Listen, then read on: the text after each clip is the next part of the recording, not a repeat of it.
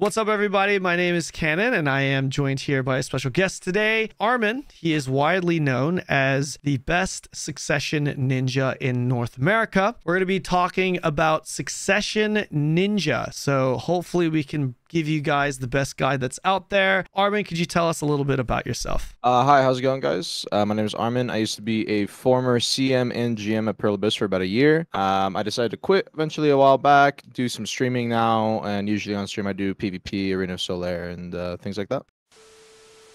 Today's sponsor is brought to you by Omni Heroes, a brand new casual strategy RPG where you assume the role of an Omni Guardian called to rescue captive Valkyries from demons in a heroic fantasy world. I should also mention that Omni Heroes has earned recommendations from both the Google Play and Apple Store. You'll fight alongside the rescued Valkyries while summoning forth legendary heroes, unlocking multiple synergies to set up hundreds of invincible team comps. Experience a unique and innovative synergy system where you'll match the synergy of your hero along with your lineup to increase your overall damage and performance. With over 100 possible team comps, find the best synergy and build for your team and take on enemies in PvE content or even players in PvP arena battles if you wish to climb the top of the global rankings. For a change of pace or something more casual, you can even experience the roguelike labyrinth game mode or even an easy game of blackjack.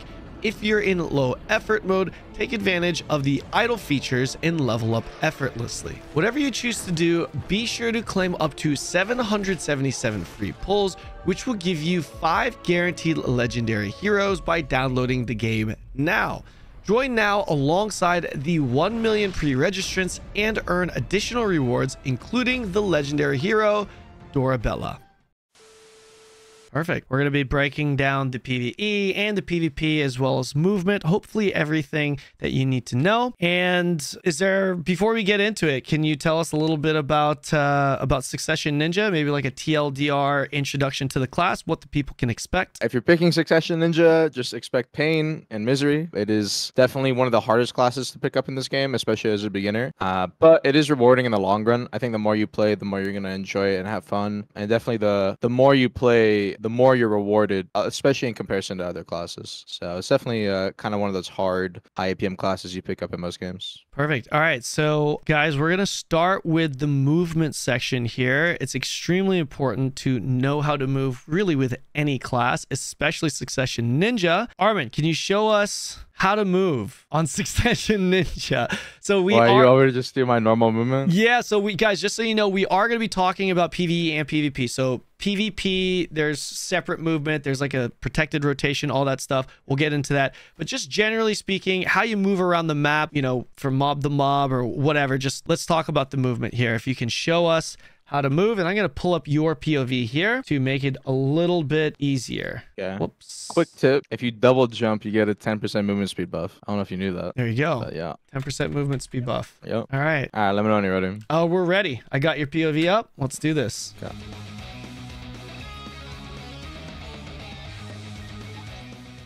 You can like kill mobs as you move around here.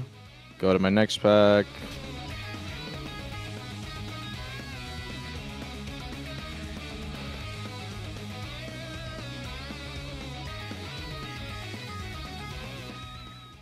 There it is. There it is. Okay, so that's what it looks like. Potions, but yeah. Yeah, there's a lot of buttons. You can see a lot of cooldowns underneath Armin's camera. Could you walk us through it skill by skill? Skill by skill. So this is like kind of the hard part where I'm going to explain everything. We have a lot of skills in our class that we kind of have to chain together. So as well as other classes like a Musa or something, it's just hitting RMB. Or chaining probably around 12 to 15 different skills. And each of them have like a different interaction with each other to kind of move around. I think the easiest chain I can talk about is Ghost Greeting into Stomp into Fatal Blow. Okay. This is how this chain looks. 1, 2, 3. Okay. So basically you're going to chain your first big dash. It's like an 8-second cooldown. Into your Shadow Stomp. This skill gets animation canceled by like 8 different abilities. This is just one of them. That looks like this. And at the very end of this skill, if you do W, LMB, RMB, like that, it's a 5-second cooldown iframe movement.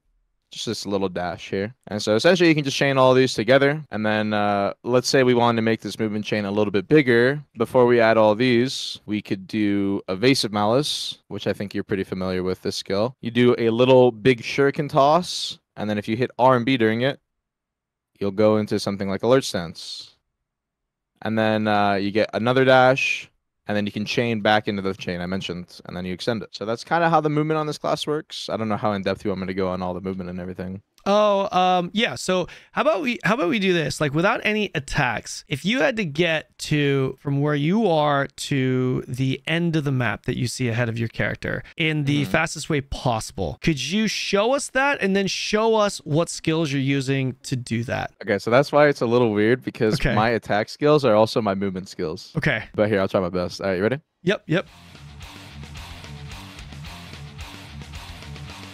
Perfect. All right. So can you slow that down skill by skill and show us? Yeah. So the very start of that movement chain, this is definitely one of my favorite skills on the kit, is Go Slash. This is one of our Rabomb skills. So you get to choose between 2 Rabomb skills when you pick this. Some people will run this for PvE, for attack speed purely. But during trash mob spots or during PvP, Go Slash is really good. It's a frontal guard dash. Super easy to use. You just hit the button and then you go. You can animation cancel this immediately after by hitting WF.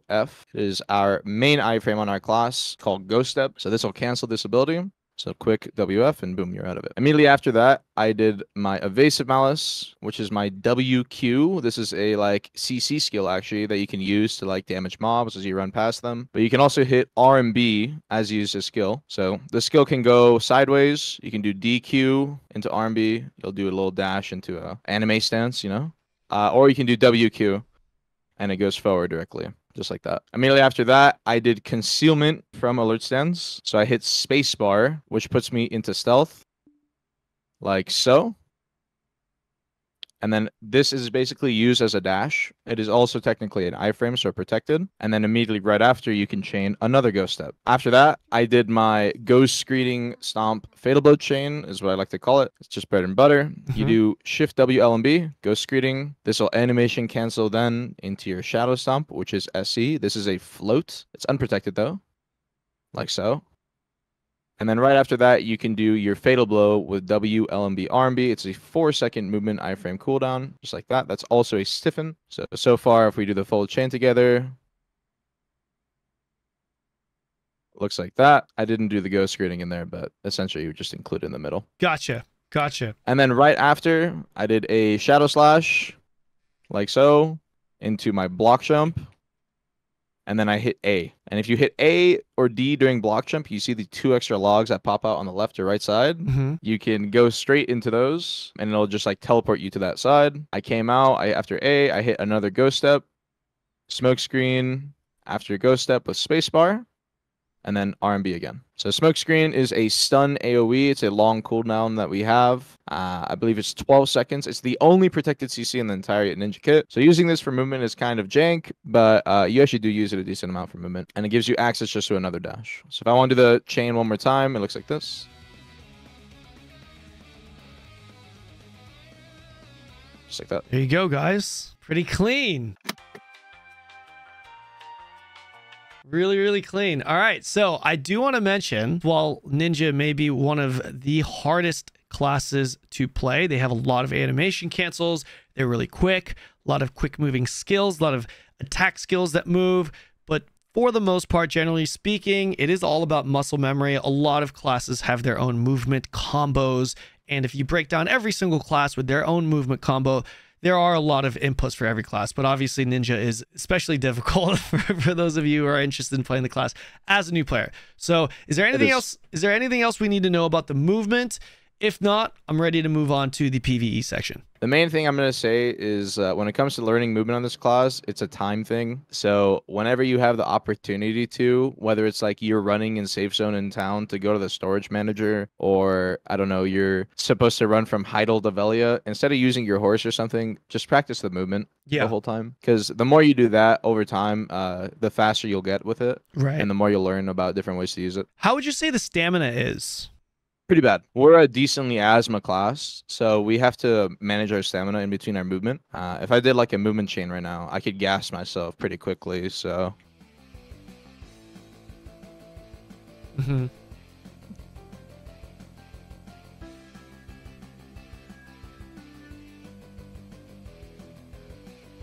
And then like I'm already at 0 here, so I would use like super armors. I can do a few more skills and I use super armor. So you kind of have to manage it in between by doing different skills. And then I'm out at this point. Okay. Yeah. So I think that's a solid introduction for beginners here. I'm ready to move on to the PvE section if you are. All right, so PvE section. Let's do this. Let's first talk about the combos, and let's start with the beginner combos or the beginner rotation. So not like an end game zone where you've got to do back attacks and deal multiple skills to kill a mob. Let's talk about the mobs that you're gonna kill in 1 to 2 shots, roughly, give or take. And yeah, can you walk us through that? So usually if you're doing some really easy like PvE places like Polly's Forest, I think is the number one that most people are at just to get skill points or something. Or maybe like Centaurs. You're going to kill most mobs in usually your Red Rain or your Blade Spin or your Beheading. We have really high PvE damage on specific skills actually. We got buffed pretty recently. So basically like you're just going to run up to a pack, you're going to stand up in the middle and you're going to use your AoE skills. I hotbar Red Rain personally and you just hit 1. And then boom, that you should usually kill the pack. And if it doesn't, your bread and butter spammable ability for those low end spots is Foxclaw. It's Shift RB, super simple. So let's say I run in from the side. We'll also say that you're having a chill, lazy day and you don't want to break your hands doing permanent movement and you're just sprinting around instead of doing all this, right? Mm-hmm. So if you're just running up, you can just toss a quick Q. Oh, I'll just run up and then I'll do 1, 2. Okay, I'm going to go to the next pack. Over here. Q, 1, 2. Okay, I'm gonna run over to the next pack. Q, 1, 2, and then you can include your beheading, and then I'll go over these skills in a sec. Sure. And then you can run over to your next pack, and then you can do 1, 2, and then usually your other skills will be up by then. So the main skills that you're going to be using for those low end spots for like just spamming is going to be Red Rain. You can do down RMB or hotbar, which I personally recommend. I'd lock this and hotbar it. The reason for that is because there's no difference between hotbarring the skill and using SRMB. So if you can use WoW hotkeys, I mean, you might as well. It's just easier on your hands. Right. The second skill is going to be Blade Spin. This one is only able to be used from hotbar. There's no input for it at all. So I just put it on my 2 key. It's just a big AoE blast damage skill like this. Your third skill is going to be Beheading the Dead. This is also a DP debuff, so it's really useful for our PvE. It'll reduce the mob's defense, so you can do a little bit more damage to them.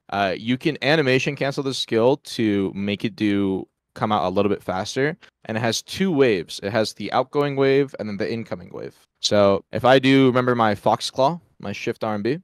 If I do my little Shadow Slash, A LMB or D LMB, if I do this skill into Shift RMB like this, and then I just hold RMB right after it, like so, it'll bring out the entire skill instantly. The only issue is that this skill also goes into movement when you hold RMB. So my recommendation is just do Shift E instead. So that'll look like this. And boom, that'll pretty much one-shot any trash back mob, guaranteed. Right. And then your fourth skill that you're going to use, your fourth big AoE, is just going to be Shift C. It's the same concept as your beheading. You can do your little Shadow Slash into Shift RMB. Remember, you can keep spamming this skill to kill mobs over and over and over. But this skill, if you hit LMB instead, right after the Foxclaw or your Shift RMB, you can do this skill then. So that'll look like this. And that's another big AoE skill. The skill also can be used from Shift C. You don't have to use the LMB input, just like beheading, but it doesn't really make a difference on this one either way. So, for example, if I want to, I could just run up to the pack and do boom Shift C, and that'll kill all of them. So those are your 4 main like killing short packs and everything, and you're taking it the easy way. I recommend using these. There's also some other skills that you can use really that are a little bit big AoE as well that I recommend. SQ is one of them. This is where we start getting into flow skills a little bit, and you can use a skill for movement as well. This is called Shuriken Flight. Whenever you hit SQ, this is the animation of the skill. But if you hover the skill you can see that it says LMB or RMB to move forward or backward during the attack, and that looks like this. And it does a really big AoE forward dash. So when you run over to Malpax, you hit SQ LMB. Let's say I do my Foxclaw, boom, and then SQ LMB. That'll one-shot the pack. You have 2 more chains that work exactly like this. S LMB into RMB. 1, 2. That's Crescent Slash. And then your third one, Shift LMB into RMB. And that's like this. So combining your 1, 2, 3, 4 skills that I showed at the start, alongside these 3 movement skills, Shuriken Flight, Crescent Slash, and Ankle Cutter, and mixing in a Q here and there, Malice, just a big damage skill, and your WQ, which I covered in the movement, like that. You can basically just grind trash mob areas pretty easily without too much APM and, you know, a tough time on your hands. That's how I recommend personally doing those areas. So just quick running up. That's 1 pack. That's 2 packs.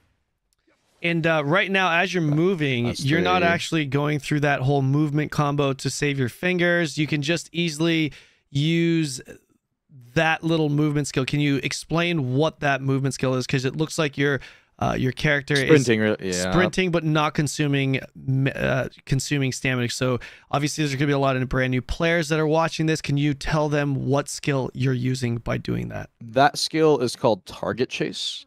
I saw someone mention in chat earlier. I should have mentioned that. That's my bad. So Target Chase is just a passive movement skill that you use at all times. It has a 20-second cooldown, but it has a 20-second duration. I don't know why they don't just make it a class passive at this point, because that's basically what it is. But essentially, yeah, you keep it up at all times. You use it off your hotbar. So if I hit my 7 key here, if you see, normally I'm just sprinting around, and it has this weird sprint with my camera animation. It doesn't follow it. But then you hit it, and then all of a sudden, it follows your camera very smoothly. You don't have any problems. Other classes will have problems with this. You don't. Ninja Privilege. And then you don't consume stamina as you move around. You get a little bit of a movement speed boost as well, so it just makes going around really easily. Yeah, I believe it's a 20% movement speed buff. And I do want to mention that Ninja is an extremely privileged class. It is okay. All right, let's not go too far. I'm not talking about like being OP or anything. What I mean is you've got Target Chase here. Okay, it's also one of the only 2 classes that can double jump, I believe, unless they added a different class that can double jump. Ninja and Kuno, right? There it is. You can double jump. And you have another skill, which I think is actually important to mention here with the PvE. Shift Space. Could you maybe pull that up and tell us a little bit about that 3rd privileged skill that ninjas have? Tamer, excuse me, thank you. Called Tamer. Yeah, Tamer can jump as well. This one is called Brace Shift Space. For early people that are early grinding, they might not have a lot of space in their inventory for a lot of like MP potions, mana potions. So a lot of the time when they're grinding, they're like, oh, well, I'm running out of weight. This kind of sucks. I don't like carrying all these. On Ninja, we have Brace, which recovers 300 WP. And because Ninja's WP pool is so small that it basically recovers your entire bar. So you can just, let's say I use a bunch of my WP. Cool, I'm low. I just hit my Shift Space key, or you can even hotbar this. I actually hotbar this personally on my 6 key. And I just hit 6, and boom, I'm full again. On top of that, on top of Brace, we actually have insanely high WP recovery on all of our skills, which is mana recovery. So as we're grinding, let's say I use a bunch of WP again, just using 1 skill usually will instantly recover my entire WP pool. So we usually don't have too many problems while grinding or doing other things compared to other classes. You don't even need the infinite mana potion on this class if you're a new player and you're like, man, I don't want to worry about this infinite potions and stuff. You don't even need it on this class. So it's really nice. How important would you say the infinite health potion is for this class? I think the infinite health potion is insanely important on every class. I don't think there's any class that can be like, I don't need this infinite health potion. Maybe a Zerker because you have heals, but even for grinding, you always need health potions. Gotcha. So. All right, so I think that's a great breakdown of the basics there with the lower tier mobs. Can you walk us through what you would be doing for the end game mobs? Yeah, so when it comes to endgame PvE, you want me to just do my Olin's rotation? That would be like the back attack one, right? Or I'm not. Yeah, super familiar with that. That's probably the It's pure back attack, and it's like you need to min-max your DPS as fast as possible for about like 5 seconds. Perfect. Let's do that. So this is my Olin's rotation that I normally use. For those of you that don't know Olin's, it is one of the highest endgame spots in the game now, or has been for a very long time. It's a 3-man spot as well, so you usually need a lot of DPS between your group. So this is the rotation I use there. Usually when you're starting grinding in high-end spots, you always want to make sure that you spec and change your Rabomb skills. So on other classes like, I don't know, Draconia, Warrior, and things like these, you don't really have too many Rabomb skills that you'll alternate between or switch up as you go between PvE and PvP. On Ninja, it's very different. On Ninja, for PvE, we have 3 Rabomb skills: Ghost Claw, Ninjutsu Decapitation, and Moondive. And for PvP, we just switch these completely. You flip them. You use Oni Shadow for PvP, Illusion of Restraint, and Ghost Slash. So every single time you go between the two, you want to make sure you switch. So the first skill I'm going to be using here is Ghost Claw.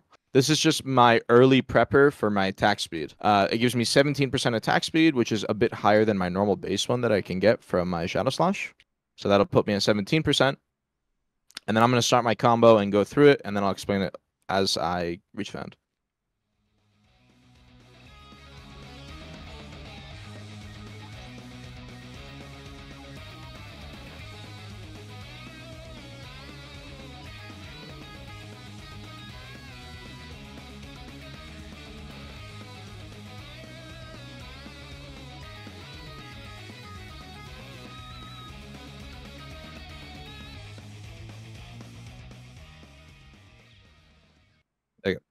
That'd basically be your standard rotation for a high-end grind spot like that.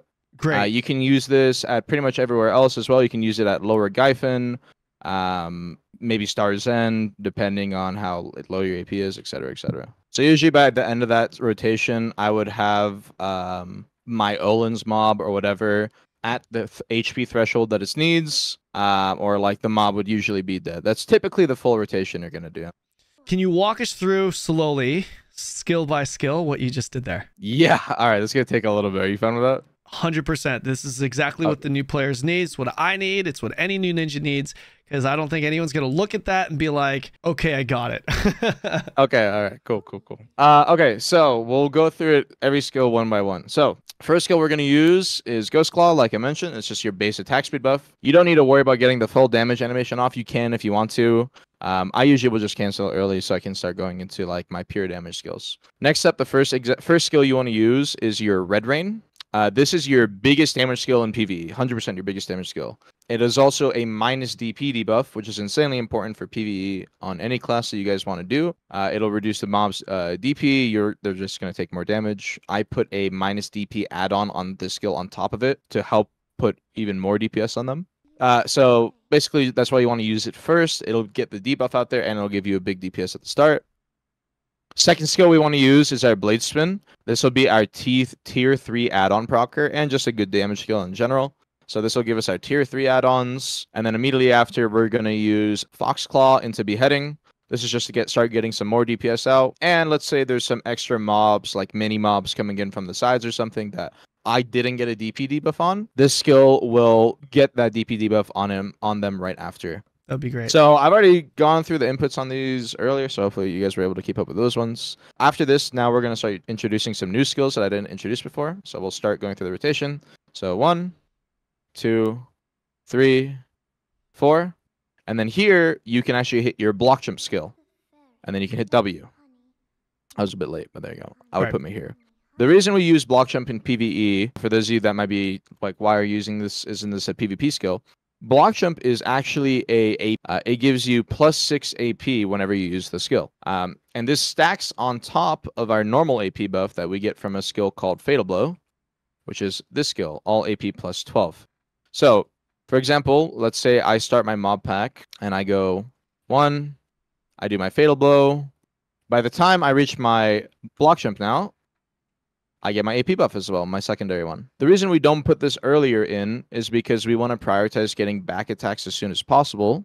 And by the time we usually reach that third skill in our rotation, this is a bit complex.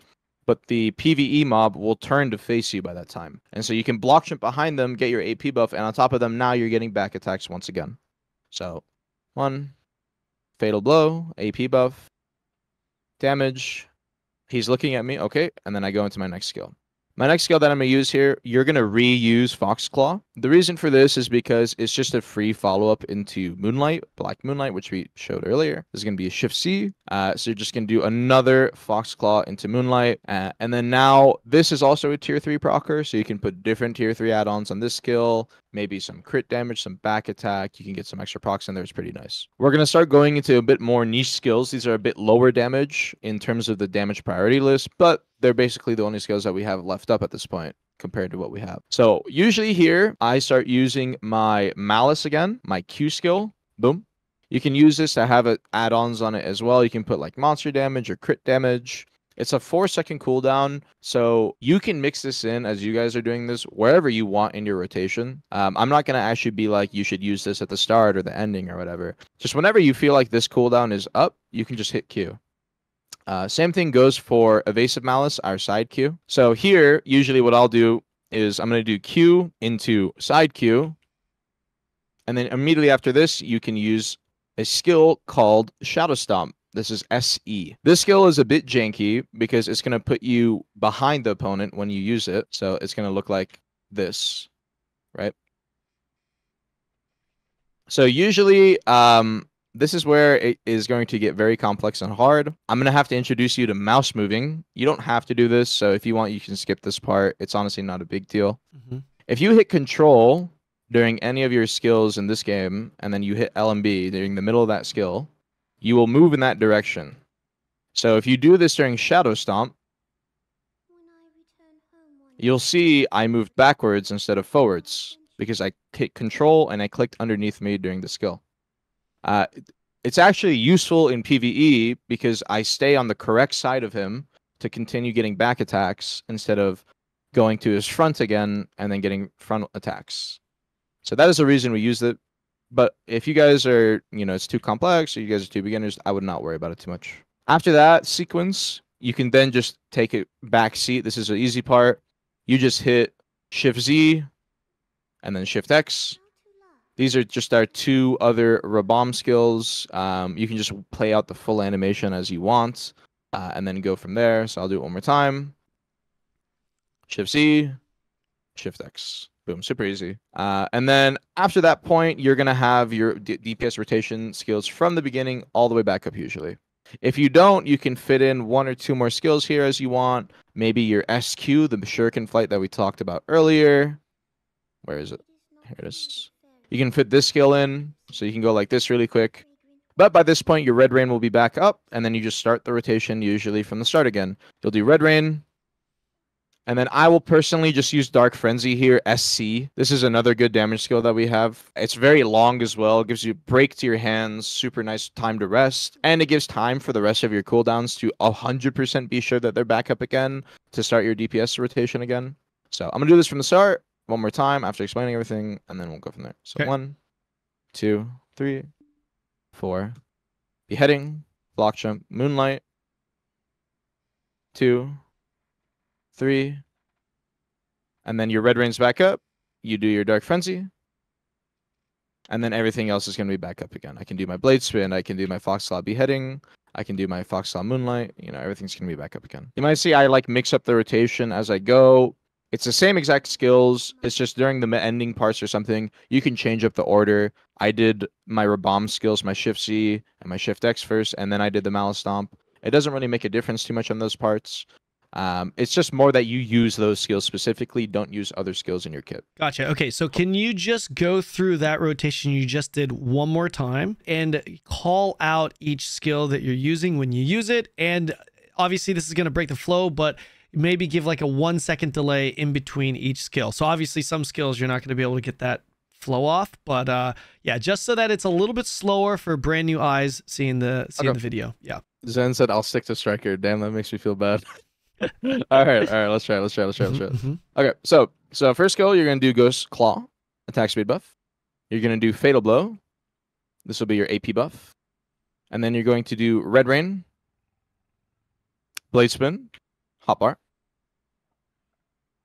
Shadow Slash, A LMB or D LMB, Fox Claw, immediately into Shifty Beheading, Block Jump, W. You can go step back here if you want, but it doesn't make a difference. Shift RB into Shift C. This will be your Fox on the Moonlight. Shift Z. Shift X. That's going to be your 2 Bomb skills, Moondive and Decapitation. Q, Malice, into DQ, Evasive Malice, into Shadow Stomp. And then at this point, you're going to maybe do 1 skill here, like Shuriken Flight or something like that. SQ. And usually you'll now have Red Rain back up. So you're going to do Red Rain again. And just to ensure that you get every other cooldown available, you can just hit SC and take a break for a few seconds. And boom. And that's usually the end of the rotation. There you have it.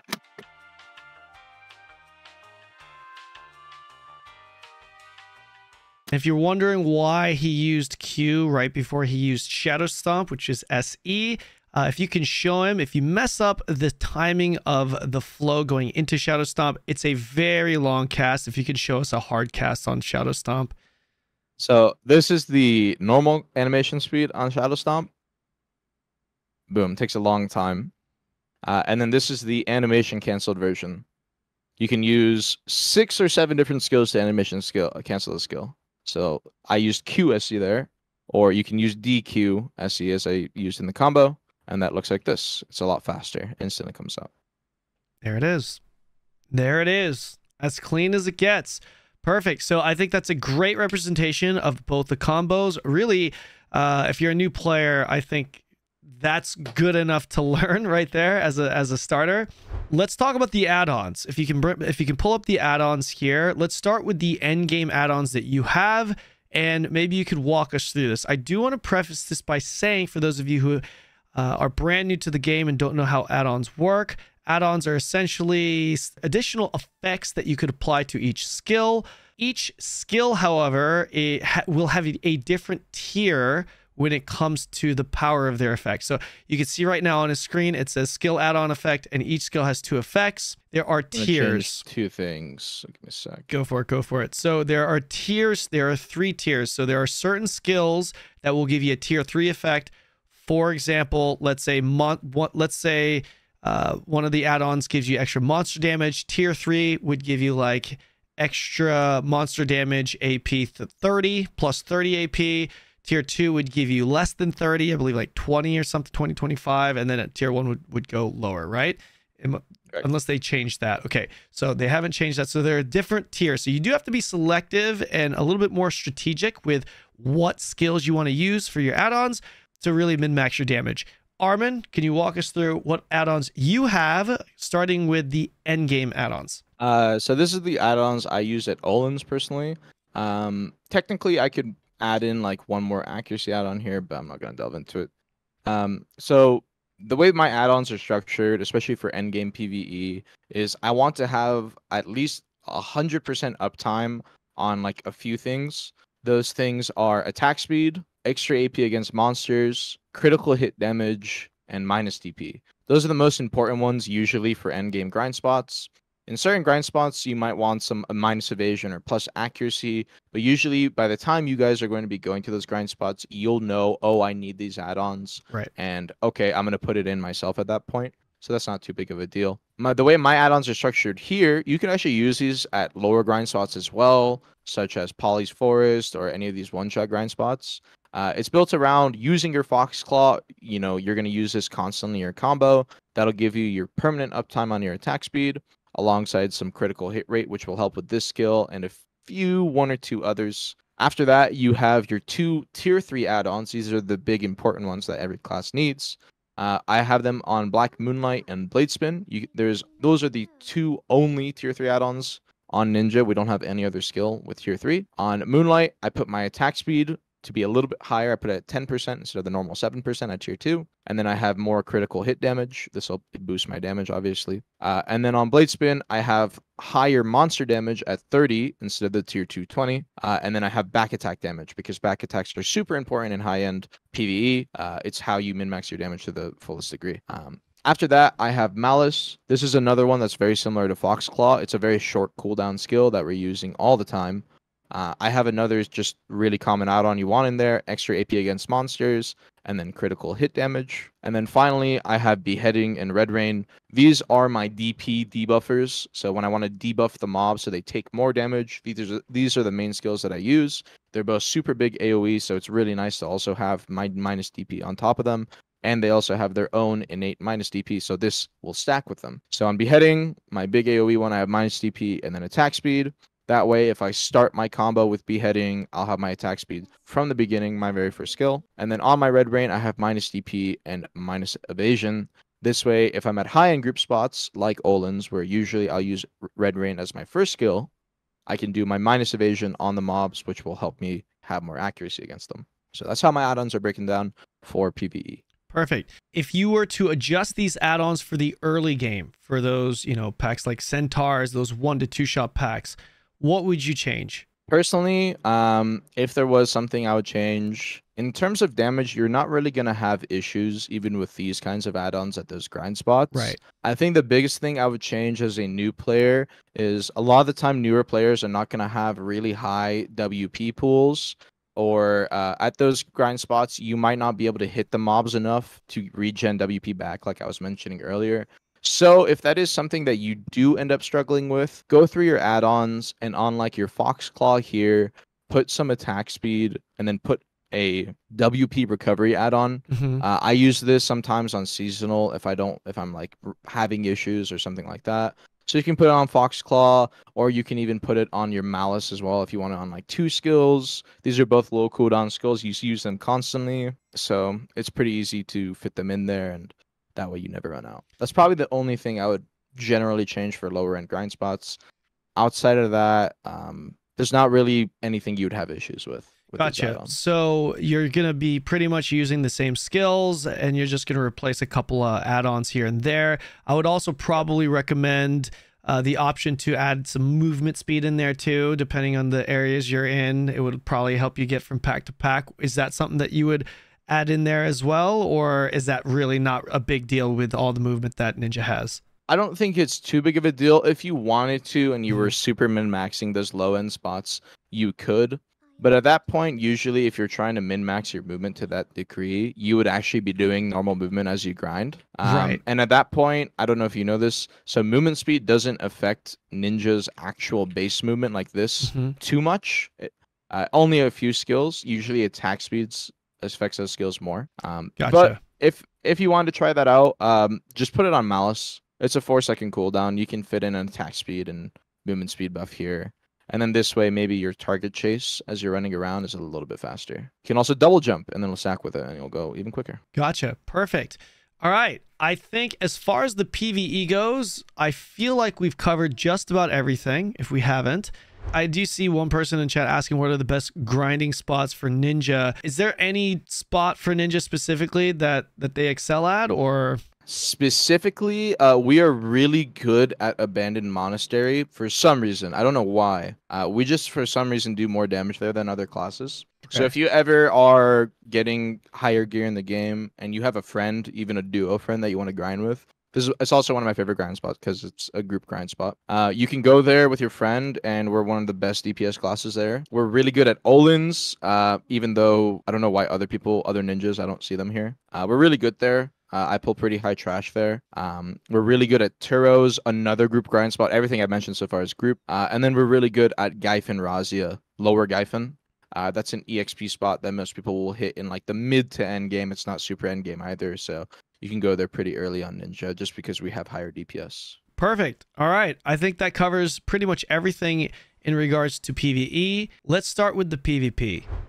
So when it comes to PvP on this class, you are generally a very flexible class is the best way I can put it. In 1v1, you're pretty strong. In small scale PvP, you're pretty strong. The second you start scaling up into much bigger large scale PvP, you're gonna fall off decently hard, actually to a pretty big extent. You don't really see a lot of suck ninjas nowadays doing super well in things like Node Wars or Siege War or things like that. This class is more built for those people that, like, let's say they want to do arena mode, you're coming from like WoW arenas or something like that, or small scale people, or even 1v1s, and they want something a bit more challenging, really fast paced, really elusive with how it moves, this is kind of the class for you. That's what I picked the class based off as well, personally. So why would you say it falls off in Node Wars / Sieges in the end game? The reason for that is because when it comes to large scale Node War and Siege War, or even like open world PvP that's like 50v50 guild battles, those fights always come down to which class has the most protected abilities. Do those protected abilities do a lot of damage, and are they big AoE or maybe really, really fast? Ninja has the speed in that regard, but we really fall off when it comes to the AoE size of our abilities, the protectedness of our abilities, and the damage. Realistically, we have pretty good damage, especially in 1v1 combos, right? But because we have to get so many skills off in that short time span to like kill somebody, you don't have that luxury in large scale battles. You need to get like 3 skills off and one shot a guy, or your class is usually going to be decently weak. So we struggle with that pretty hard. We might be good at like assassinating backliners. Like let's say you're in a node war and you're stealthing on the sides and you're like, oh, I see a ranger player in the distance, and then I'm going to go and like snipe this guy out of stealth. We can do that, but even then, you're usually only trading yourself for one other opponent. You're not really killing 4 to 5 people at a time super quickly. You're not really changing the tide of any fight. You're not really doing that. Gotcha. Okay, so this video is focused on Succession Ninja, and we're going to do a separate one for Awakening, but a lot of people are always going to be making comparisons to Awakening and Succession, newer players that are coming into the game.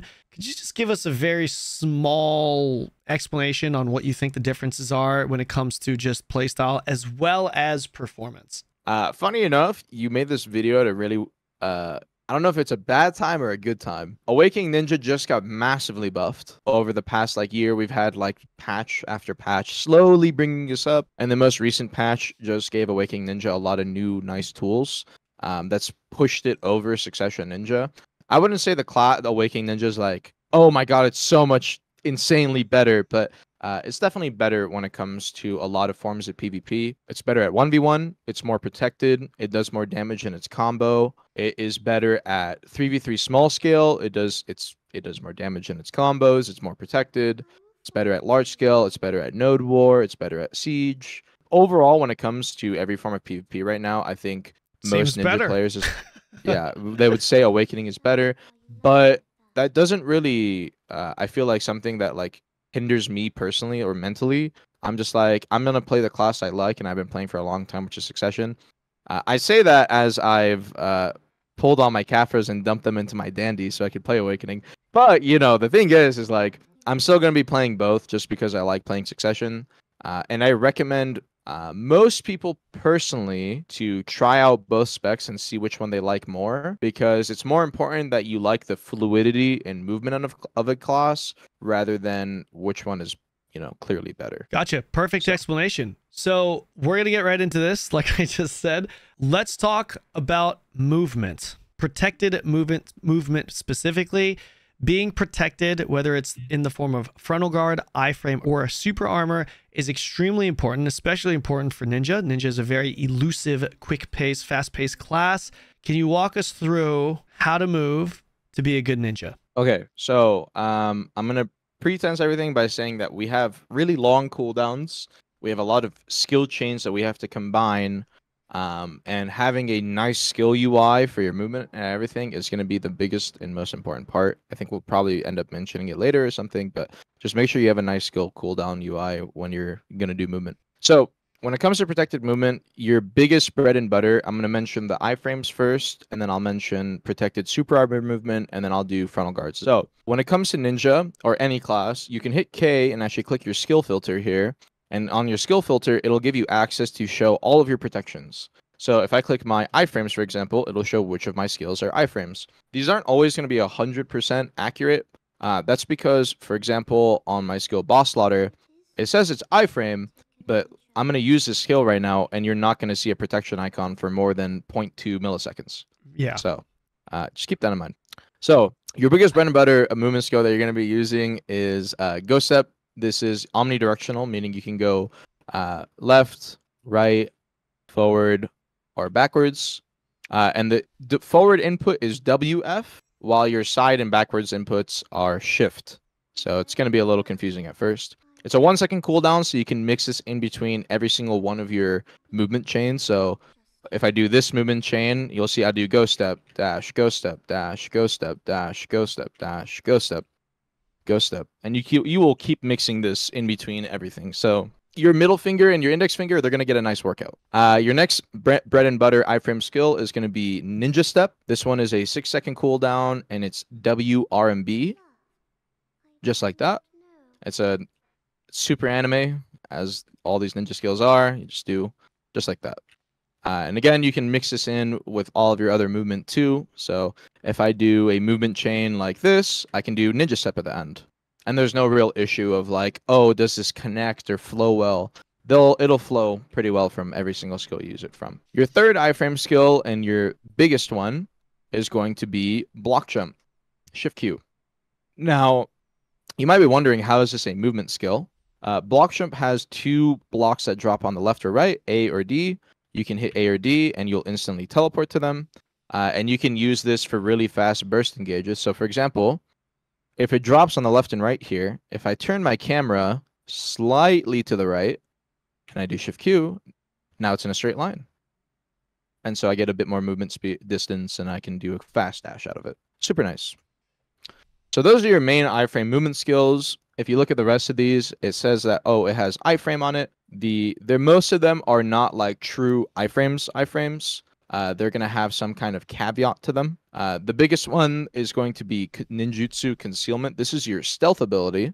So you can only access this as a skill flow from certain skills. So for example, if I do smoke screen, which is a like spacebar ability, and I hit it, boom.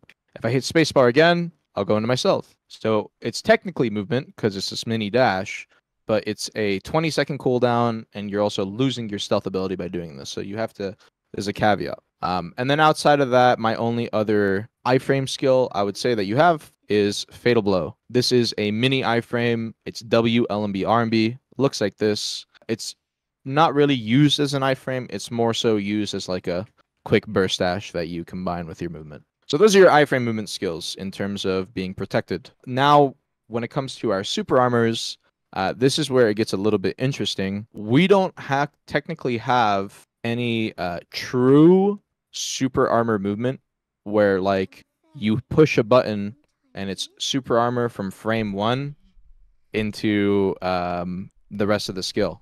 A good example is our main 3 movement skills that I have on my cooldown bar here. You can see them. Is ankle cutter, crescent slash, and shuriken flight. This is the locations on the sidebar. 1, 2, and 3. When you do these skills, the first half is usually unprotected, or it has a frontal guard on it, like ankle cutter, and then your flow is protected with super armor. So that is ankle cutter, shift L and B into R and B. Your next one is crescent slash, S L and B into R and B. And then your third one is shuriken flight, SQ into LMB or RMB. And I count these as super armor movement. I think anyone coming over from Musa is going to be like, what is this? But, you know, we work with what we have. And you can chain these together like this and do movement. Right. Some of these animations, like, for example, SLMB crescent, you can, if you just do it on its own, it's kind of slow, but you can cancel into it to make the animation a little bit faster, right? Correct. And that's where Ghost Step comes in as like our main bread and butter skill. Ghost Step will usually have some form of animation speed up to all of these skills. So if I do Ghost Step into crescent slash, it's a little bit faster than me just doing crescent slash normally. Same thing applies to ankle cutter. Same thing applies to shuriken flight. It'll help speed it up to some small extent. We do technically have one more SA movement skill. This is our 4th one. This is our only, oh, you hit a button and then your super armor. But this skill is used so often, and you will use it for very short time bursts that it's hard to kind of fit it in like that, but you'll see. This is called Shadow Slash. It's our neutral game attack speed buff, and you will use this in neutral a lot. Any single time that you're finishing a skill like this, and you're like, all right, I don't have Ghost Step. I don't know what skill to use. This guy's about to hit me. You just hit A or D, L, and B. And you can do this small SA super armor like this. It's not going to be, you know, I don't know, Draconia's Flight or anything like that. But again, we work with what we have, and you can fit it in really nicely as you go through skills. So for example, if I do this long movement chain, oh, he's in front of me. I'm going to linger in front of him. Boom. And you wait, and then you can do something.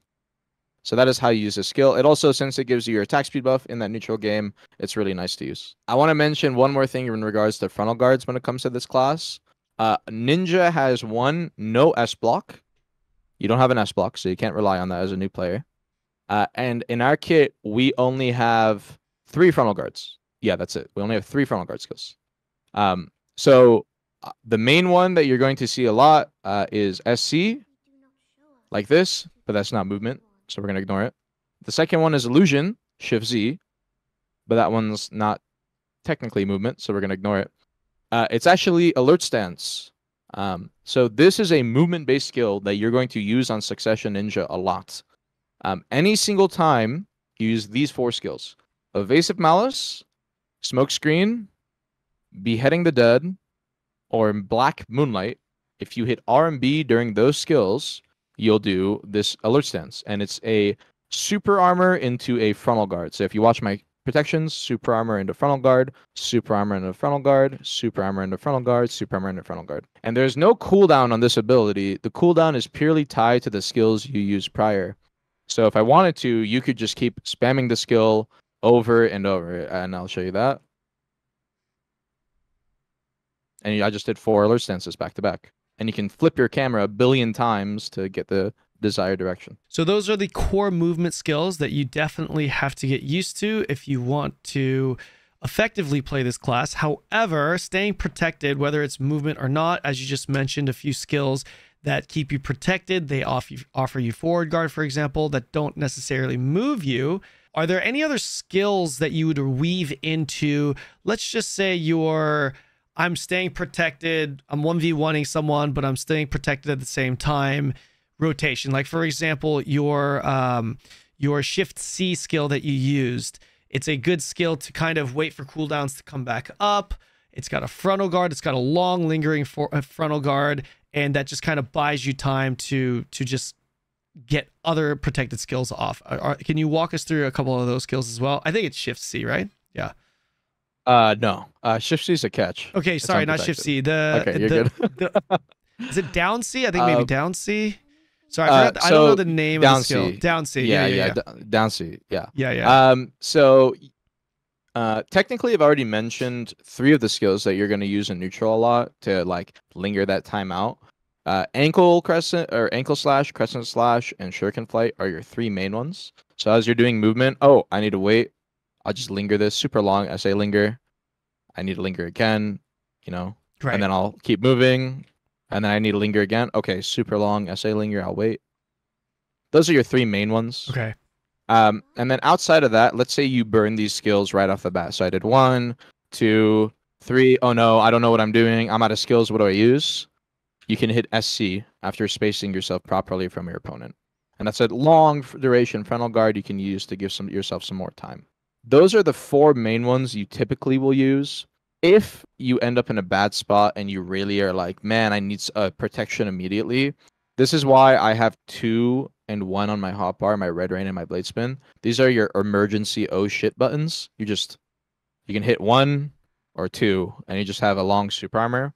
But keep in mind, you're really prone to getting grabbed during those. Right. Gotcha. Okay, so we know how to move. We know what's giving us protection. Could you walk us through maybe 2 or 3 bread and butter engages, catches that you would use for new players to practice if they're starting Ninja? Sure. Did you want it to be for 1v1 or like large scale? 1v1. Just 1v1 for now. Yeah. Okay. So for new players, I think usually the easiest one that you should always default to, and the big one, is going to be your block jump. Block jump is Shift Q, and if you just hit W during it and you have a red crosshair, boom, you are going to end up behind the opponent. It is technically a stiffness if you hit the opponent when they're unprotected during it, but don't really rely on the stiffness. It's pretty inconsistent. So typically what I recommend doing is you're going to do Shift Q, into W space.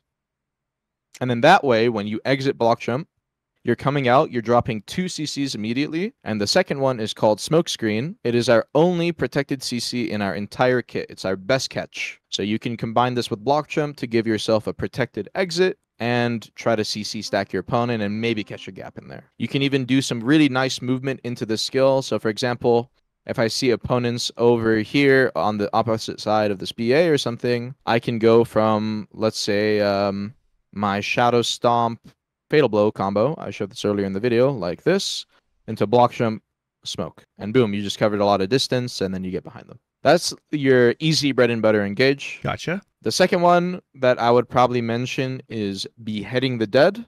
This is a really big AoE stun that we have on our kit that you're going to mix into your movement and your catches very, very often. So that same movement I just did, Shadow Stomp, Fatal Blow, you know, kind of positioning, you don't necessarily have to use it to hit your opponent like this. Instead, what you can do is you can use it to position to the side of your opponent. So let's say this guy's holding a frontal guard here. I can do 1, 2, 3, beheading. And boom, he just got stunned from behind his frontal guard. And this is kind of how Ninja's playstyle is that elusive spacing. Right. You want to keep distance between your opponent and then use as much, you know, protection as you can with a distance to like space yourself out. You can even hit R and B in the middle of your beheading to get yourself out really quickly. So the way that's going to work is like this. And then you're away. Perfect. Just hit Shift E, R and B, alert stance, and then you just move back. Third one. There's a few ones I could probably do for the third one. I already mentioned smoke screen, so you guys will have a good idea of how to use that. So instead, I'll talk about Malice. Malice is probably the strongest skill, one of the strongest skills in our kit, and it is because it is a pure range CC. It is, most classes, melee classes don't really have a range CC like this that comes out so quickly, and it's really nice for us because you can animation cancel the second you toss the ability. So it looks like I'm standing here for a very long time, but realistically you could just instantly cancel out. And this applies to both versions. You can do the WQ, your evasive malice, at any distance as well, and it'll still hit. So for example, if you really want to see how far this ability goes, it goes pretty far. And it works the same way for evasive malice. Goes pretty far. All right, perfect. Really, so we've got really good catch. So we got a grab engage, we got a beheading engage, like a large AoE positioning engage, and we have a ranged stiffen engage.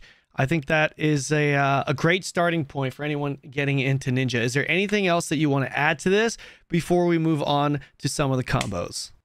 Be creative. The cool thing about Succession Ninja, unlike other classes, is that we have a CC on nearly every single skill on our kit. I think 80% of our skills in our kit have a CC. Obviously, the trade-off is a lot of them are unprotected. But be creative. Try and test out some skills. See how you can use them effectively. Your Crescent Slash, you can flick it like that and get a float while moving backwards. Your evasive malice, you can do a fadeaway and then like move backwards as you stiffen them. Just be creative with it. Have fun. Gotcha. Yeah, sorry, chat's calling me out. Yeah, it was a block jump to concealment. I apologize. It's been a long day. Yeah, don't cut this part out. Let me acknowledge my mistake there. Okay, so let's move on to the combos. Let's talk about the combos. All right, so let's start with the grab combo. We're going to go over 3 combos here, and all 3 of these will be 1v1 combos. Grab combo is very, very common. Armin, can you walk us through the grab combo? I should preface this by saying that ninjas have a lot of options, a lot of different combos. I'm sure Armin's going to talk a little bit about it. Just keep in mind that I wanted to provide 3 different combos for new players to start out with, I guess. Armin, take it away. Okay. So, we're going to start off with like an easy combo first. There's going to be a grab combo, just super simple, something you can start off with. I'm not going to make it too hard. Keep in mind you're going to lose damage as a result of this, but at least this way you can find something easy to kind of mess around with your friends or something first.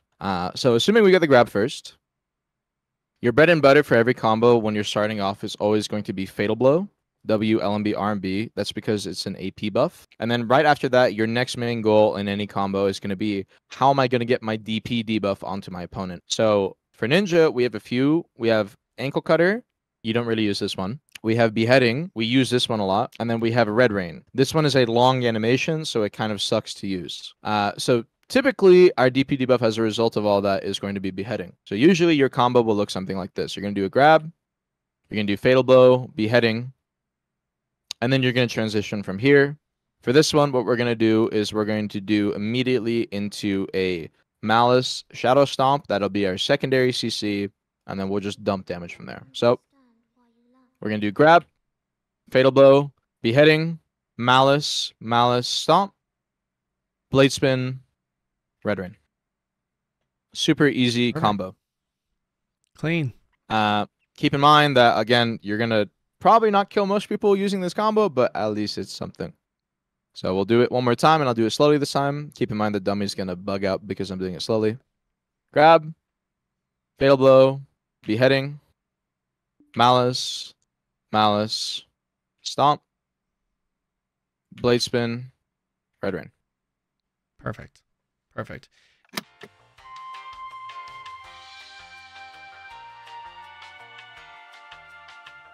Now, could you show us that combo without commentating and just do it in full speed? Sorry. Yeah. All right, here we go.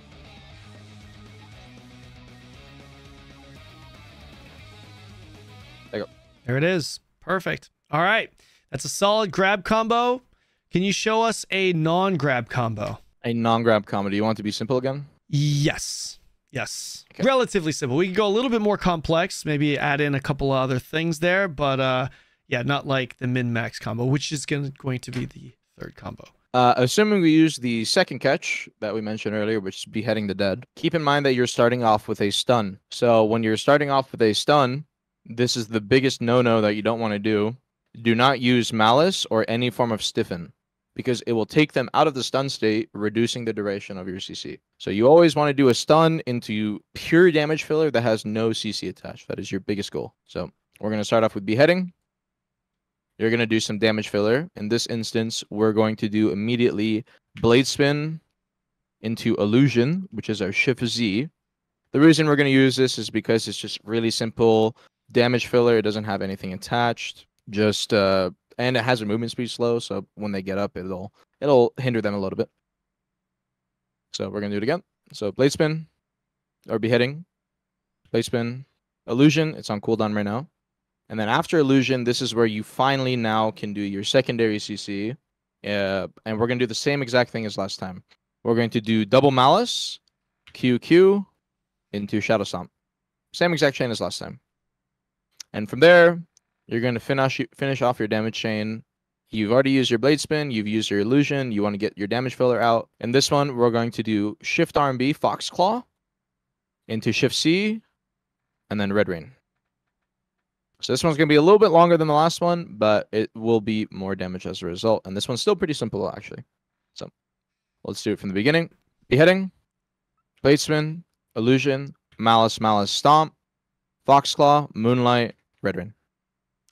That's clean. Easy to follow, and I'll do too. it full speed. Okay, perfect. Yep. So we're going to do Beheading.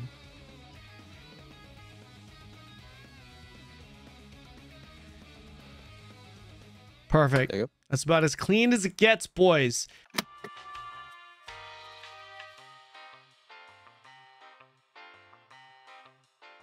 Let's move on. The min-max combo. I do want to add this in because I feel like it is important for new players, even though they're going to be practicing other combos. I still think it's important to include this in a video so that they know what to expect and what to strive for, and to be perfectly honest, practice for those that are a little bit more ambitious.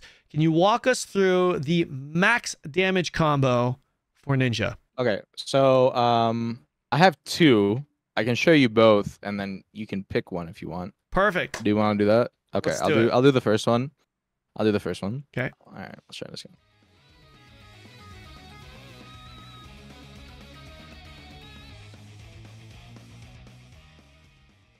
So that's like a variation of one. You can do the ending differently every single time, but that's pretty much what it'll look like.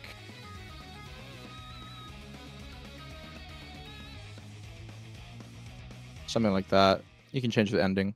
Gotcha. And then the one that I use primarily nowadays Okay. I use the second one most of the time nowadays, but it's not full min-max. So that one's just an anti-evasion combo. So since a lot of people run evasion in 1v1s and stuff, I prefer it. Okay. Oh, shoot. Hold on. All right, here we go.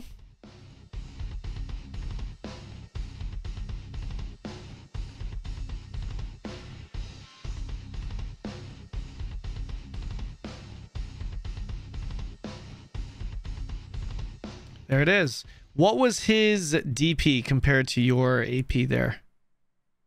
He's full pen C20 with Sissel Centaur pen is equipped in that Gotcha. clip. And you were 315? 305 Kudum at that 305 time. Kuno. Gotcha. There you go. Yep. All right. So Armin just showed us 2 clean combos. Armin, if we're going back to min-max combo number 1, can you walk us through it skill by skill in slow motion? You want me to do the first one? Yes. Let's start with the first one. Okay, so the first one. Okay, all right. This is gonna be a long one. So you're gonna start off with a grab. This is built. Both of these combos are built off grab because in 1v1 as a ninja and nowadays PvP, most of the time your catch is gonna be a grab. Typically, especially if you're fighting good players. So we're gonna start with a grab. You're gonna start off the same way as before. Fatal blow is gonna be your AP buff. Except this time around, you're going to prioritize proccing your tier 3 add-on first, which is going to be your blade spin. And then after that, you're going to start proccing your DP minus skills. So you're going to see a quick 180 in here. The reason for my 180 here is because I have a skill called floor sweeping. And this is a down attack plus 10% damage buff for 10 seconds when you use a skill. Meaning if they're on the ground, they're going to take more damage.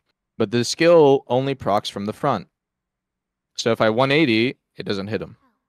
So you have to fit a 180 in here really quickly and then flip back your camera. So it's going to look like this. And the purpose of doing that is so that it does not apply a second CC, right? Correct. It'll avoid bounding them.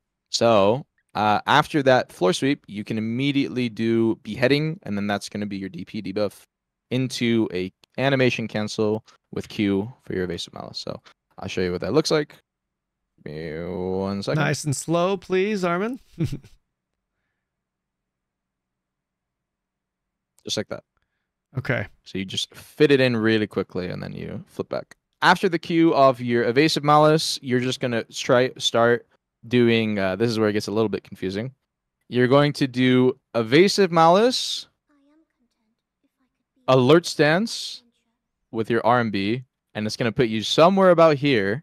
And then you have to flick your camera again, and then you're going to hit Moonlight. And if you do it correctly, you will get the fast version of Moonlight out, which is a stiffen. If you notice, it is stiffness on shuriken hits. So I'm going to do this really fast, and then I'll slow down on the last part so you can see. So we're going to go. Boom. You see that ending part there? I do this little dash, and then it'll stiffen him. And I'll put him at 1.7 on the CC counter. That'll give you just enough time to do a secondary CC. So we'll do it slowly as well.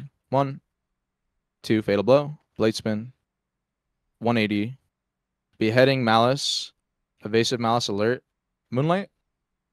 And then now you've stiffened him, and then you're gonna have time for your secondary CC. This will proc pretty much like 4 tier 3 or 2 tier 3 add-ons. And as all your tier 2s that you need. And the ending portion of this combo is the full blast portion of your combo. This is where you're dumping as much damage as possible, essentially. And so at the ending portion of this combo, let's say we're in our Moonlight phase right here, you're going to use a skill called Boss Slaughter. It is a hotbar skill that I recommend you hotbar. You can use this from input with Shift, F, and W, but I recommend hotbarring it because it's easier to use. And so if it's on hotbar, you just hit W and 3. That's it. And that'll float him. During this portion, you can fit in some more damage skills. And so you're going to fit in Ghost Greeting into Shadow Stomp. This will give you double air attack. Air attacks is another form of modifier in this game. And when you fit it in during this animation, it'll air attack him during that air state. Immediately after that, you're going to, once again, after the Shadow Stomp, you're going to notice it's going to put me behind him. 1, 2, 2, 3. And it's going to put me behind him. I'm too far now. So you're going to use Fatal Blow again and 180 back into him. You've extended the combo long enough that your Fatal Blow should be back up.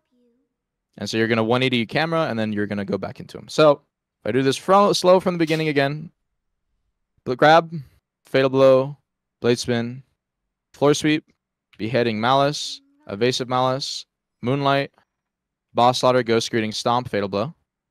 And then now you're back into him.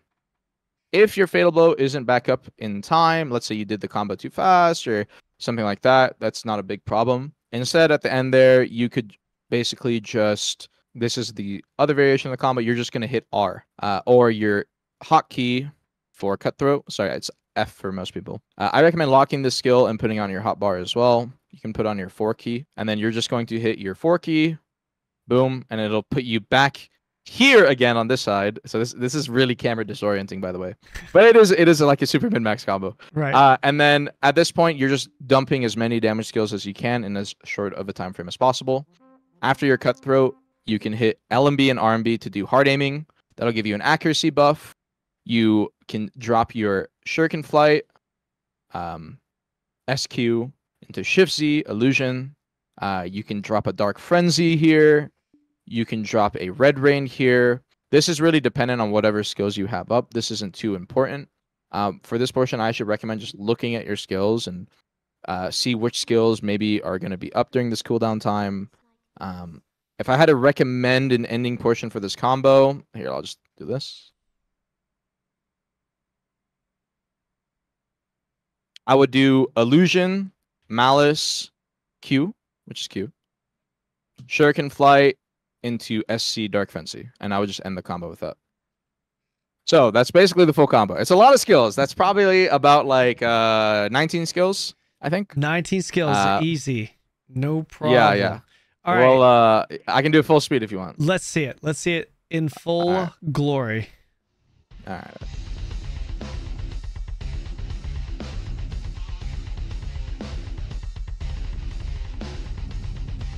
Something like that at the end. Something like that. The ending guys. is the ending of the end. You can, again, I did it a little jank there, but you can. I'll do it one more time just to see. You can switch it up a little bit.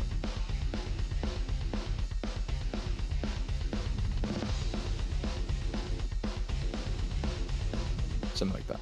There it is, nice and clean.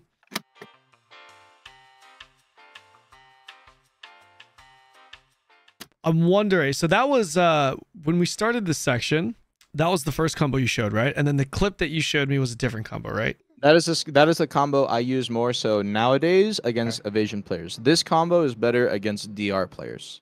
Gotcha. So we do have an evasion-based combo. Can we go over the evasion-based combo? The evasion-based combo is a lot simpler, so don't worry about it too much. This one's a lot simpler. The only hard part in this combo is you're using the abuse of like the CC system, so you're going to get a stiffen in the middle, but it is a lot simpler. So this one is going to be pretty simple again. You're just going to do your grab, you're going to do your Fatal Blow, you're going to do your beheading, and you're going to cancel it midway with an evasive Malice this time. So this is the difference. In the other combo, we canceled it with Q. This time, we're going to cancel our beheading, I'll show you real quick, with DQ. And then from here, you're just going to do a simple Shadow Slash into hard aiming, which is going to be a LMB into LMB RMB. This is your attack accuracy buff. This is a plus 15% buff for 3 seconds. This is why this is your anti-evasion combo, is because you're making full use of all of your accuracy. From here, you can actually animation cancel hard aiming using a skill called Malice again. So if you do this, you can cancel it midway immediately with Malice, and that's what we're abusing here. So if I do this from the beginning up to that portion, it's going to look like this. Grab, Fatal Blow, beheading. We'll just pretend I cancel it here. Evasive Malice, Shadow Slash Malice, and then you're going to follow this up with a Ghost Greeting. We just stack 3 stiffens on top of each other, our Malice, our Ghost Greeting, and then our Evasive Malice on top. And this is so that we can guaranteed, no matter if he resists, proc our stiffen onto him, which is going to be our secondary CC. After you do your Ghost Greeting, you can hit your Cutthroat one more time, F. So on this situation, I have it on my 4 key, 4, and this will animation cancel your Shadow Stomp, which is a float right here. So It should look something like this at the ending portion. Shadow Stomp. And then from here, the very ending of the combo is super simple. You're just going to hit Blade Spin, Moonlight, Dark Frenzy. And that is your ending. Your ending is very, very simple. 3 skills. Perfect. So I'll do this from the beginning at a slow speed, and then we'll do a full speed one, including everything. And this is honestly the one I recommend you guys use, by the way. This is okay. The other one it works really well against DR players, but it is so hard to execute in the moment that a lot of the time you're just going to end up messing it up. But it is technically your min-max combo. It is the ideal one if you had to do it against a DR player. Gotcha. All right, cool. So we'll do it slowly. So grab, Fatal Blow, Beheading, Evasive Malice, Shadow Slash, Hard Aiming Malice, Ghost Greeting, Cutthroat Stomp, Blade Spin, Moonlight, Dark Frenzy. And that is the ending of your combo. Super simple. But it is very high damage. It is one of your highest burst damage combos, funny enough. For some reason, I don't know why it does so much, but it works really well. Awesome. And then I'll do it full speed for you. Perfect. Real quick.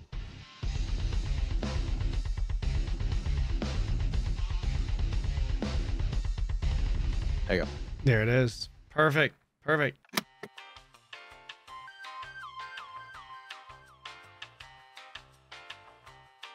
So there's the min-max combo, boys. Really nice. We've got 2 versions of it, one for DR and one for Evasion. That's going to cover the combos for this class in this video, but I do want to actually go over one more. Armin, can you walk us through the protected combo? So this is going to start going into the group PvP, Node War, Arena Solare type of stuff. Do we even have one on a ninja here? What's the deal? Technically, we have like something like a protected combo, but it's probably not what you think. Okay. I can like show you, and you can look at the protection icons if you want to get a good idea. Sure, let's see it. So I guess what I'm trying to figure out here or showcase is a combo that you're going to use in group PvP realistically. So we have like people, AOS, or you're talking about like large scale? I guess both. I mean, not like with 20 guys around you, but like, you know, small scale where people are trying to interrupt you during your combos. There's a few people around. Okay. This is probably what it would look like, and then you can tell me if you like it or not.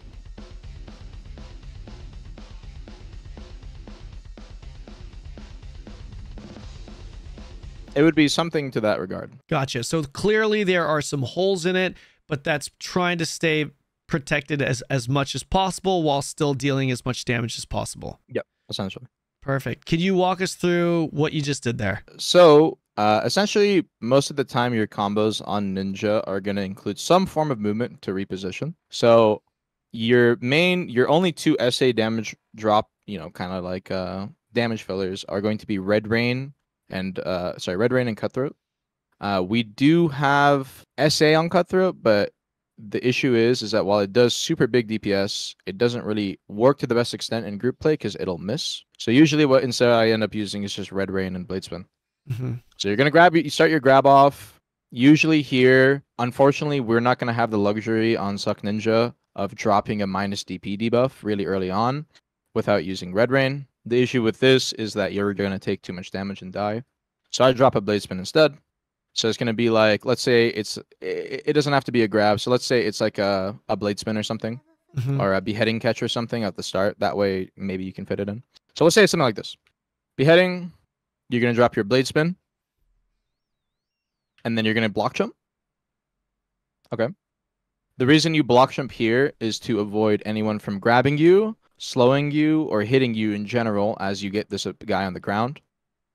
And then immediately after your block jump, if you want to do the most protected CC, you can do Smoke Screen. So you could do something like this.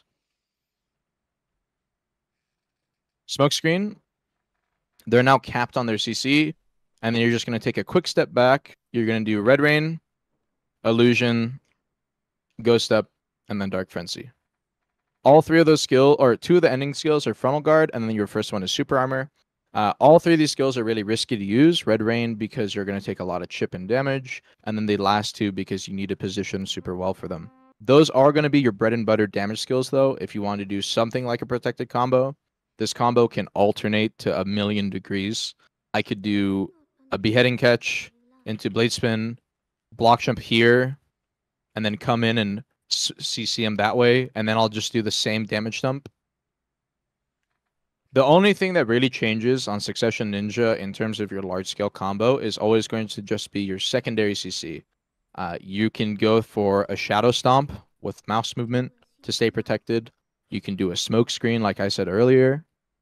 You could do something like a Foxclaw as a catch, as a float. That's also a good float.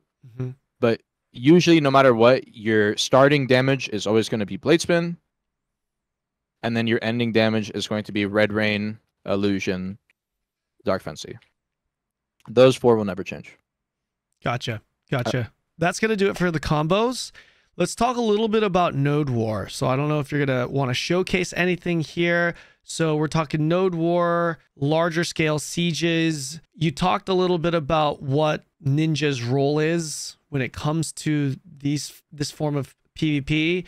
Could you maybe share any other detail that you'd like to when it comes to Node War, what you're trying to do, what skills are important, what you shouldn't try to do, what you should try to not do, excuse me, anything that you can share in that regard? So usually as a Ninja player in large scale, keep in mind you guys are going to be playing in a flex team. If you don't know what a flex team is and you're a new player, most Node War guilds will have something called their main ball, which is like all of their berserkers and their wizards and witches. Just main ball kind of classes that can fight really head on, ball to ball. Usually the range classes. And then rack classes like Ninja, Kunoichi, Musa, Meiwa, things like those, they're going to be in what's called a flex team, and they're more in charge of like small scale skirmishes with objectives on the sidelines, like cannons or flags from guilds, or maybe taking down structures on bases. That's usually what you're doing as a Ninja. Sometimes if you're fighting a main ball, you'll still end up doing that as a flex team, so you can look forward to that. Just keep in mind that's usually going to be your role as a Ninja. During that role as a flex team, if you run into opponents and you're taking fights and everything, you're going to end up doing something called Ninja Brain probably a lot of the time, which is you see a big clump of people and you think, oh man, I really want to dive this. Let me go and do my combo chain and like go in. You're probably going to die if you end up doing this. I think any ninjas that are in my chat will attest to the Ninja Brain diving is a real thing. So just stay patient and then like try to focus on playing with your group and listening to shot calls from your group. If your group is going to end up diving with you, that's fine. Just make sure that you're always doing it usually with somebody else, because Ninja kind of struggles to do solo kills with damage unless he has like his E-buff popped or you're massively gear checking a team or something. Gotcha. Outside of that, then we also have our stealth ability. Keep in mind, this is your biggest tool in large scale scenarios and node wars and stuff, both as an engage and secondary as a disengage. So assuming I want to engage onto an enemy like ball, or I see a group of players or whatever, they don't know I'm here and I can play however I want as long as I'm in my stealth ability. Gotcha. So you can just play completely on the outsides and do whatever you want. And you have 2 stealth abilities and you can infinitely chain these. You have Oni Shadow and you have Concealment. You start with Concealment and then you're going to do your Oni Shadow. And then by the time your Oni Shadow buff runs out on your left side, you will be able to use your Concealment one more time, and then you can go into Concealment. Gotcha. So, Arena of Solare. That's the next thing that I want to talk to you about. We just have a couple of sections left in this video. Arena of Solare, competitive gear equalized PvP in Black Desert Online. Can you tell us how Ninja does in Arena of Solare and walk us through what are some of the more ideal comps, what its role is in this structured, organized PvP, and how they perform? I'm a little biased towards Ninja being good in Arena of Solare. So take my words with a little bit of criticism. I think Ninja is really good in Arena of Solare. What was the other parts that you were talking about, by the way? Just so I remember. Yeah, I'd like to know how they perform. So you're kind of on that section. And what are some of the ideal comps? Good matchups. Bad matchups. So usually in Arena of Solare, Ninja's pretty good. We have a lot of damage, so we're good as a DPS class. It's primarily because of our bleeds that are available on our kit and our ebuff. In Arena of Solare, you have self-healing that happens constantly, but in terms of like skills that will heal you, like, I don't know, like a Berserker or a Valkyrie, like that can self-heal for like 30%, those are reduced in Arena of Solare. I don't know if you guys know that. Meaning that they just don't work, basically. So anything that has a bleed, like Suck Ninja, we have it on the vast majority of our skills. It's a unique part of our class. We basically will do true damage to a lot of classes as a result, and they don't have any form of counterplay to it. Because of that, we're pretty good and pretty strong in there. When it comes to comps, anything that can enable us to do our damage really easily is pretty good for us. But keep in mind that on top of being a DPS class, we're also really, really good as an engage and like a grab class, as a flexible class. We're overall pretty flexible in our role because not only can we pump DPS, we have a lot of high-speed movement, and because we have that grab available, we can make plays for our team. So while we can do everything, I still think that having things on your team that can enable you to be more of a DPS class is usually pretty good. So something like a Striker, pretty good.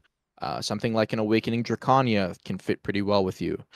Something like Witch and Wizard can fit pretty well with you as well. They give you an attack speed buff. They'll let you move faster. Really, really good. So anything that enables you to do more damage while being safe and abusing your stealth to its maximum extent, taking attention away from you, usually pretty good. Things that are pretty good against us in Arena of Solare, Awakening Nova, pretty good against us. They have a lot of fast catches to punish our small gaps. Witch and Wizard can be pretty good against Ninja because of the slows. Usually anything that can apply slows on demand on a Ninja will punish them pretty hard. That includes something like, I don't know, like a Sug Zerk. Can be pretty hard for a Ninja to deal with at times. That one's a little depending, but you get the idea. And then I think Succession Megu, even though it is in a pretty bad spot in the meta, funny enough, counters Ninja to some extent in Arena Solare and most forms of PvP because she has so many hits in her combo and she has so many CCs constantly spamming from range that you can't really tell which one it is. It'll catch you off guard constantly. I think that pretty much covers it. Oh, I do want to ask this because you said that you probably have a little bit of a bias towards Ninja. When we are talking about performance, there are leaderboards, right? Do you see a lot of ninjas on the top of those leaderboards? Excuse me. This season, I don't know. This season, not as many. Usually, like last season, it was like you'd have 3 in the top 20 or like maybe 2 in the top 20. This season, I think the next high is it really that low? Yeah, I think the next highest ninja is at rank 45. Rank 45. So, or 58. 58. Yeah, 52, sorry. 52. So there's only one ninja in the top 50 currently. And then in the bottom 50, which is you. We have, yes. And in the bottom 50, we have 5. 5, so gotcha. It's still pretty good. Still pretty good. But the potential's there clearly because you're on Ninja. Not only are you in the top 50, you're #1 overall on Succession Ninja. Correct. Yeah. No, that's good. It's 100%. Like, you have the potential to do a lot on this class. It's just hard. Absolutely. All right. That's really the big thing. Yeah. Awesome. Awesome. Okay. So we've got 2 sections left in this video. We're going to get right into this next one. Locked skills and hotbar/miscellaneous info. That's just what I wrote on my notes here. You lock a few of your skills. Can you tell us what skills that you lock for PvP and a very brief explanation as to why? So we fortunately don't have too many skills that we lock for PvP. I'm just going to go over like the 3 that we do. Okay. The first one, you can unlock this in PvE. It's a good PvE skill, but for PvP, always lock it on Succession Ninja. It's called Flow Fatal Blow Combo. The reason that you lock this skill is because if you look at the inputs here, it says hold LMB or RMB after stabbing with Fatal Blow, and then it'll do an extra quick attack. This is a hindrance for us because if I do my movement chain of Shadow Stomp into Fatal Blow, my number 1 chain that I use at the end of this is Shadow Slash. I'll just do that combo into Shadow Slash. And if you notice the inputs, when I'm going from Fatal Blow, W, LMB, RMB, into Shadow Slash, A, LMB, if I just hold LMB the whole time, which is what I normally do to chain the combo, if this skill is unlocked, it'll accidentally do the attack, and then I'll get stuck in place for like a solid second. And that looks like this.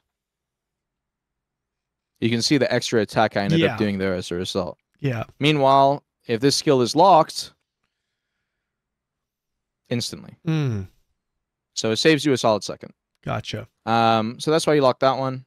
Outside of that, I lock Boss Slaughter and I put it on my hotbar. This is just for a convenience thing. If you can avoid doing any form of extra inputs on this class, I just recommend you to do it. Right. So instead of doing Shift FW, I can just hit W3, and it actually is slightly faster in some regards and a lot easier to use. So I recommend everyone to do that.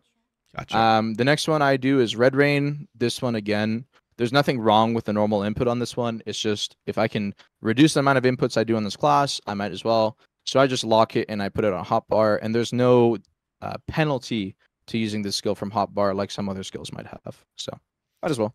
Right. So I do want to continue on that point, guys. For those of you who are brand new, there are some skills that are hotbarable and they have skill inputs, but the disadvantage of using them off the hotbar is it could be something, for example, like you can't cancel into it or cancel out of it, making the connection to that skill slower, making it not ideal to use. Armin, what he's telling us right now is that there is no downside to actually using it off the hotbar. It's not any slower. It's the same as if you were to use the key input. All right, next skill. The next skill I lock is throwing kick. You just lock it because it's useless. Same thing with flow kickdown. It's just a useless skill. You're never going to use this. Ninja evasion. You also want to lock this. You can keep this unlocked during PvE. It's a PvE iframe, meaning mobs can't hit you when you're in the skill, and you can just infinitely iframe in PvE. But in PvP, this skill is completely useless, unfortunately. So you just end up locking it. Next skill, target chase. This doesn't make a difference if you lock it or unlock it. You have to use this from hotbar regardless. I just keep it locked for the sake. I lock brace and put it on hotbar. The reason for this is because this skill uses the inputs shift space. And there's times where I might want to do, let's say I want to do smoke screen, which is a space bar input skill, this one. If I accidentally hold shift during this skill, let's say I'm transitioning from another skill, I can pop brace by accident during this combo chain if you're doing too many inputs like this. So it used it in the middle of that entire chain when you don't want it to. So I just end up locking it and put it from hotbar. There's no penalty to doing it from hotbar. You can still animation cancel of it completely fine. Boom, I just used it and I canceled out. No difference. And then finally, the biggest one, please, if you play Succession Ninja, lock this skill. You don't need to lock this on Awakening Ninja, funny enough, but you really should on Succession. Lock your Shuriken throw. There is no reason to use this on Succession. On Awakening Ninja, you will use this as like a Shadow Stomp cancel. So you'll do like Shuriken throw into Shadow Stomp, and you'll cancel your animation of your Shadow Stomp, so it's faster. But on Succession, you have a billion different ways to do this. You can do QSE. You can do Evasive Malice, which is DQ. You can do Alert Stance. A lot of different ways. There's really no reason to have this unlocked as a result. The downside of having this unlocked is that there's some times where you're going to like try and input a skill and you'll accidentally do like a moving shuriken toss like this. And you don't want to be caught doing that. So I mean, you look cool though. I mean, do you really? Do you really? do. Look at that. I guess you could do this to somebody, shit. pop some nice black effects on them. I don't know. So you're gonna want to actually lock also your cutthroat and put this on your hotbar as well. The reason for this is because even though the F input is really nice to use and you get a lot of animation cancels out of being able to use the skill without the hotbar, this skill is on the F ability, which is tied to your ghost step. So if I do ghost step, right, and as I'm doing my ghost step like this, I accidentally hit my F key first, it'll do this skill first. So if you even have one time where you misinput this by even like a millisecond faster where you do FW instead of WF, you will end up using this skill when you don't want to. So it's really, really bad, and it messes you up so many times. So I just tell people to lock this and put it on your hotbar. So yeah. Gotcha. And that's really it. You don't lock anything else as a ninja player.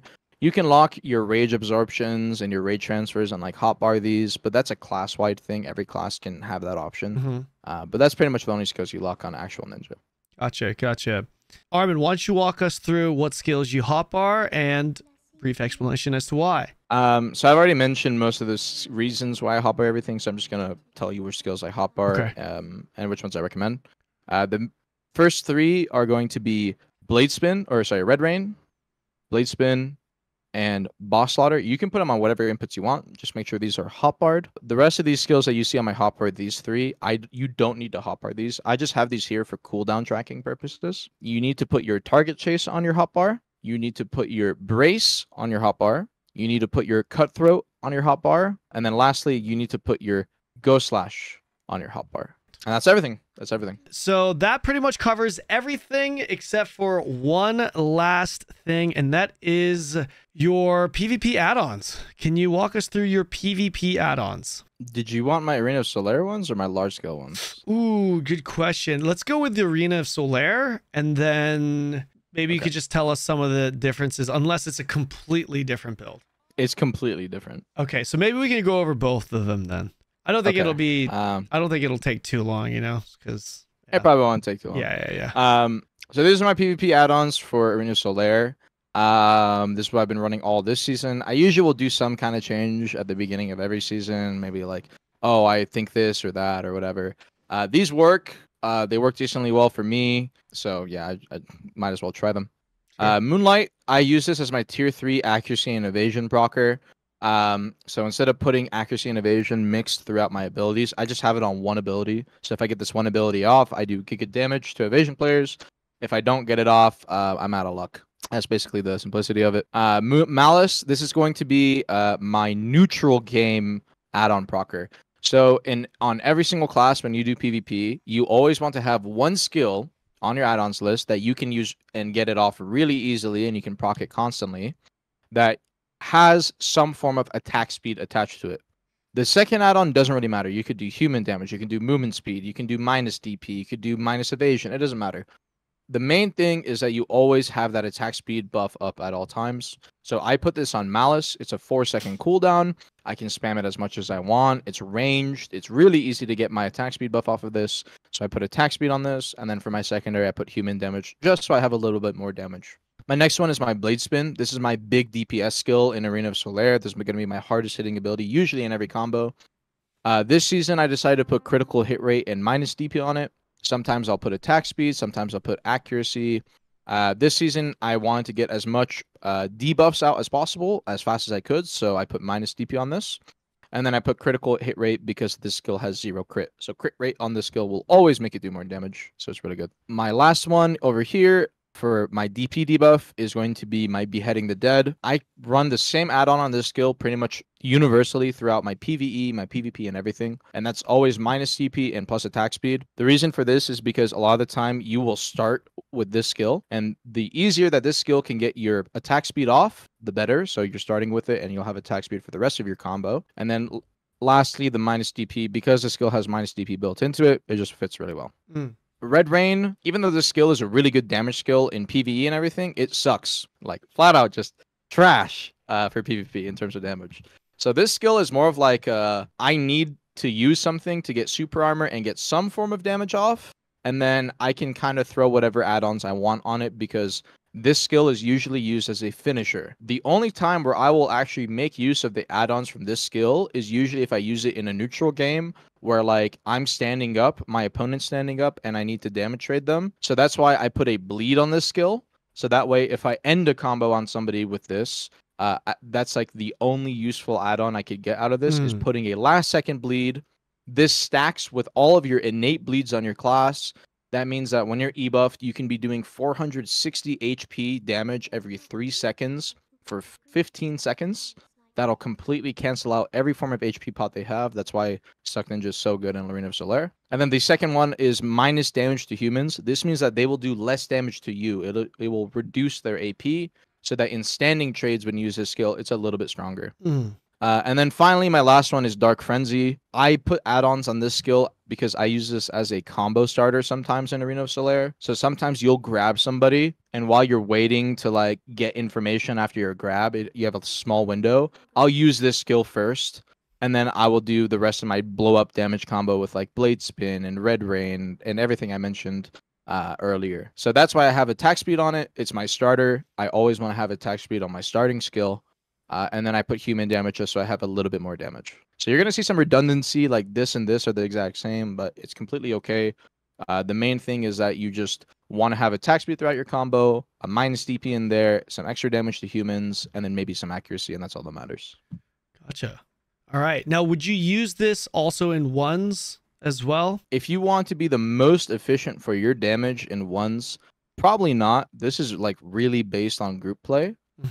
Usually in ones, you just build your add-ons around like, I want to get the min-max possible DPS I can once I like grab or CC this guy. So I wouldn't recommend it, but it's not like it's not usable in ones. Right. I go into like open world and I will do like ones or threes or tens. This is just really flexible. So that's why I like this add-on set. Gotcha. So you're pretty much using it for everything. Is it min-max for 1v1s? No, but it's good enough. Yeah, essentially. It's just the overall good rounder. Yeah. Gotcha.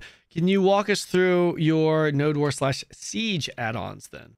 So when it comes to Node War in Siege, let me swap to my other add-on set. Okay. Things will change just a little bit. Okay.